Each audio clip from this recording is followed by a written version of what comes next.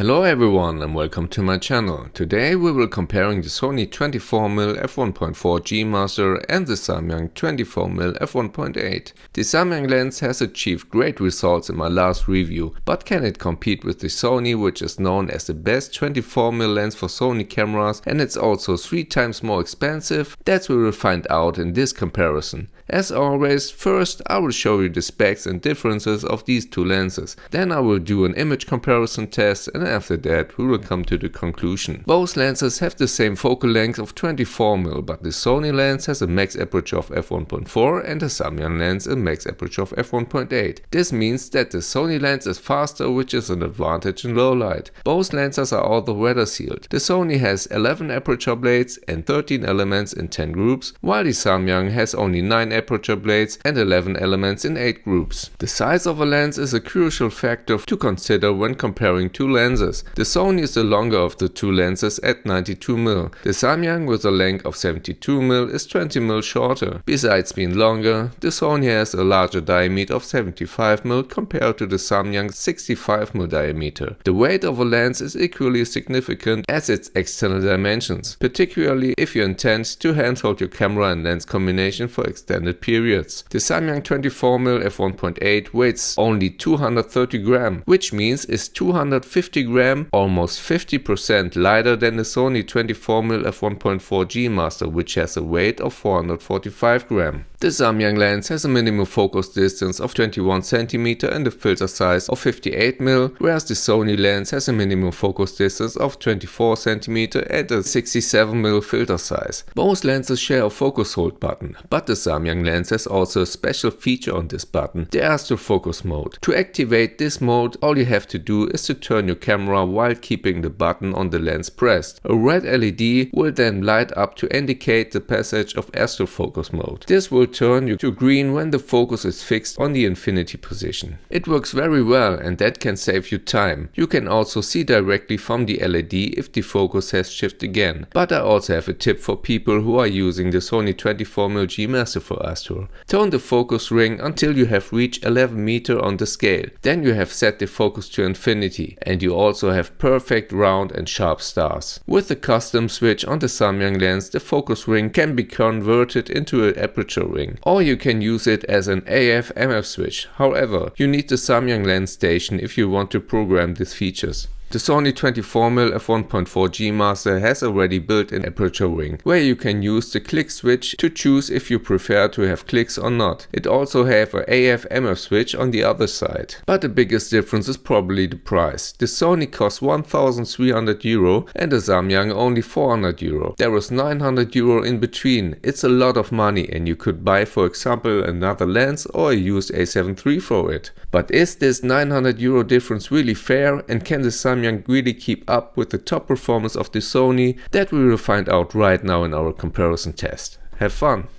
Okay, let's start with our image comparison test. You see here on the left side the Sony lens and on the right side the Samyang lens. I've used on every lens the aperture wide open. That means on the Sony lens in f1.4 and on the Samyang lens in f1.8. ISO was always on 100. And on the first look, both images looks very good and sharp, but let's zoom in. Okay, in the middle the Sony lens is sharper than the Samyang lens, but the Samyang lens is not so bad. Okay, let's go to the left edge. Oh, that's interesting. Look at this. The Samyang lens here on the right edge is sharper than the Sony. What about the stairs? Okay, here more or less comparable, but on the tree I think the Samyang is a little bit sharper. What about chromatic aberrations? Oh, we see on both lenses a lot of purple fringing here. Let's go to the right side. And here the same result. The Samyang lens is sharper than the Sony lens on the edge, right open. But here seems that the Sony lens is sharper than the Samyang lens. Okay, what about if we use here on the Sony lens an F1.8?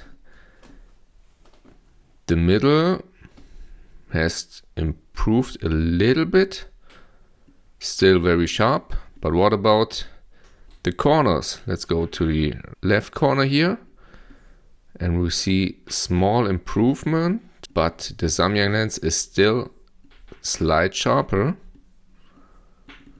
What about the right corner? And now both lenses here are more or less comparable, equal image quality. But if we go up a little bit, the Sony lens is now sharper. If we stop down to f2.8, you see the vignette disappeared on both lenses here. And if we zoom in, now we see a huge improvement on the Samyang lens. Now the Samyang lens is razor sharp. To be honest, I can't see difference here in the middle to the Sony lens. Both are very, very sharp. Let's go to the edge. Okay, now we see an improvement here on the Sony lens. The edges are more or less comparable here. And on the stairs, oh, look at the door here. Here the Samyang lens is sharper. Okay, what about the chromatic aberrations? A small improvement on both lenses, but they are still there. What about the right edge? And now the Sony lens is a little bit sharper than the Samyang lens. But here on the stairs, the Samyang lens is sharper than the Sony lens. This is interesting. But if we go to the middle, to be honest, I can't see a difference here. Both are razor sharp. And if we stop down to f7.1 and we zoom in, we don't see so much improvement here in the middle. Again, the same result. Both are extremely sharp. And the result is equal in terms of sharpness and contrast. I'm really impressed of the Samyang lens here. What about the left corner? And here again, same sharpness now. The stairs are also identical.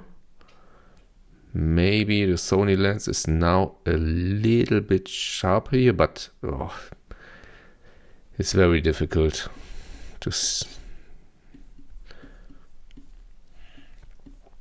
And now you see the purple fringing has disappeared more or less. It's still there on the Sony lens. It disappeared completely here on the Samyang lens. Sony 7.1, Samyang 7.1. And the purple fringing is still there on the Sony lens. What about the right corner here? Here again, both corners are sharp.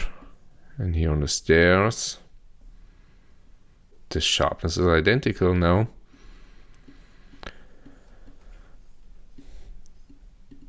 Wow, a very good result. Here you see two shots from a landscape, and what you see directly, the Samyang lens is a little bit warmer here. And if we zoom in, the sharpness and contrast is more or less identical. I can't see so much difference, to be honest. Okay, here on the tree, look at this. The Samyang lens is a little bit sharper than the Sony. That's very interesting. I've used here again the aperture of 7.1 on both lenses. You see it, the same ISO. But the Samyang lens is sharper. Look at the grass here. That's interesting.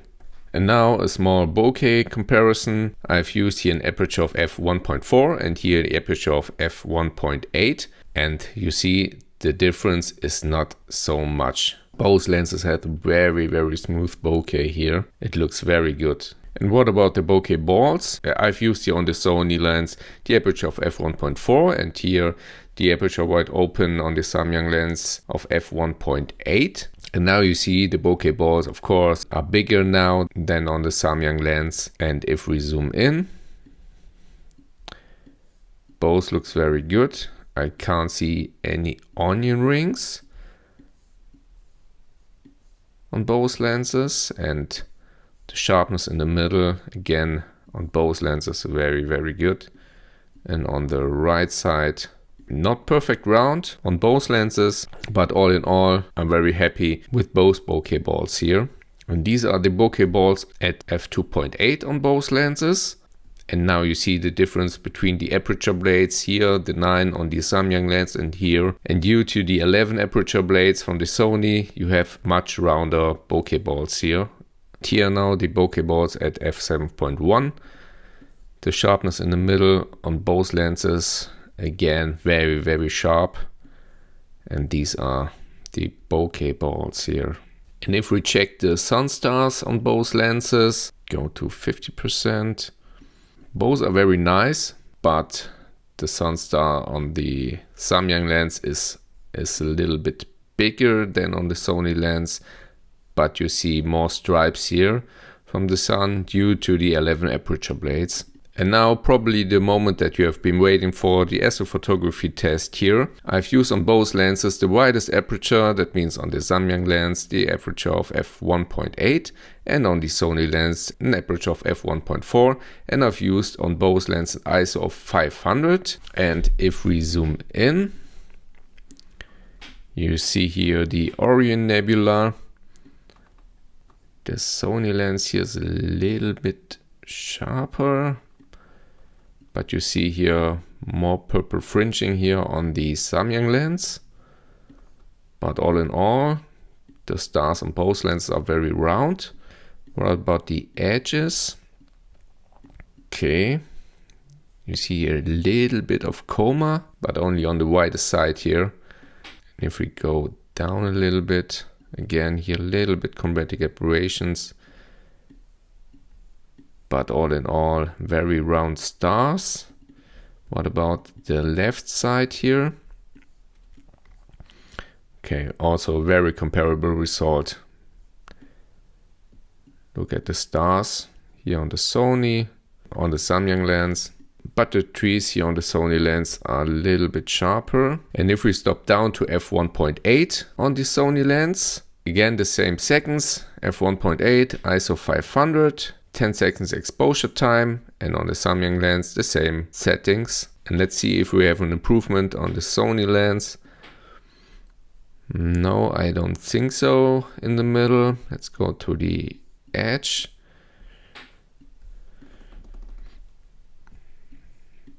I think here I can't see so much difference between 1.8 and 1.4. Go to the left side. No, a very comparable result here. Of course, we have less vignette now, but all in all, a very strong performance from both lenses.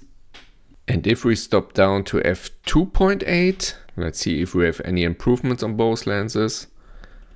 Now you see a huge improvement on the Samyang lens. The chromatic aberration has disappeared here on the Orion Nebula. Let's go to the right side. And also you see less coma here now on the Samyang lens. And this is also interesting. It seems that the stars here are also sharper now than the Sony lens. Okay. Let's go down.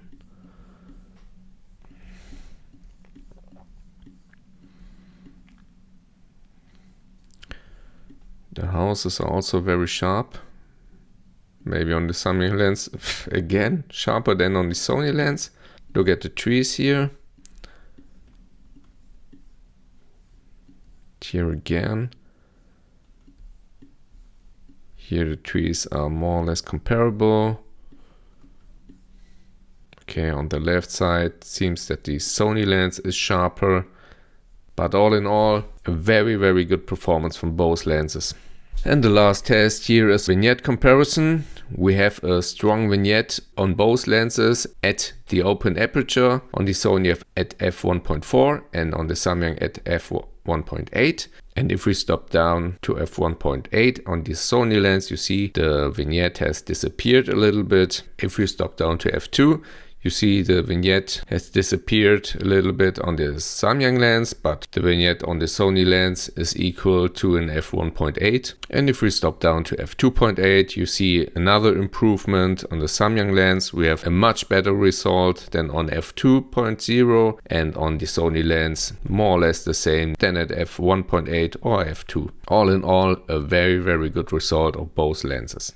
Welcome back. I was really surprised by this comparison. I didn't expect that the Samyang lens is so good. I was always happy with my Sony 24mm f1.4 G Master so far, but I never thought that such a small lens could match this performance so quickly. I don't know how Samyang did this. They have designed a lens that only weighs half of the 24mm G Master.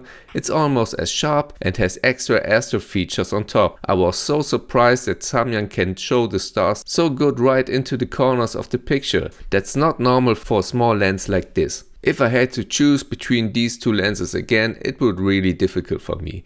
I owned the Sony 24mm G Master for a very long time and I took many fantastic photos with it. And it has joined me on many trips, so I have also an emotional connection to this lens. That's why I will keep it. I also benefit from the f1.4 aperture for astrophotography, but Samyang has made a fantastic lens here. I recommend it to anyone who is looking for a good, compact, fast, inexpensive 24mm everyday and astro lens. And now back to my question, if the Sony 24mm f1.4 G Master is really worth more than 3 times as much as the Samyang lens. I can answer this with a clear no. Don't get me wrong, the Sony 24mm G Master was and still is a fantastic lens and I love it. But if a more compact and lighter lens with almost the same performance come onto the market and it is also 900 euro cheaper on top, then I can no longer justify the 1300 euro for the G Master. What do you think about these two lenses? Do you see it differently than I do? Feel free to write in the comments down below. And if you like this review, I would be happy if you can give me a like and subscribe to my channel. And if you have any questions, please write in the comments down below. I will try to answer everyone. See you next time.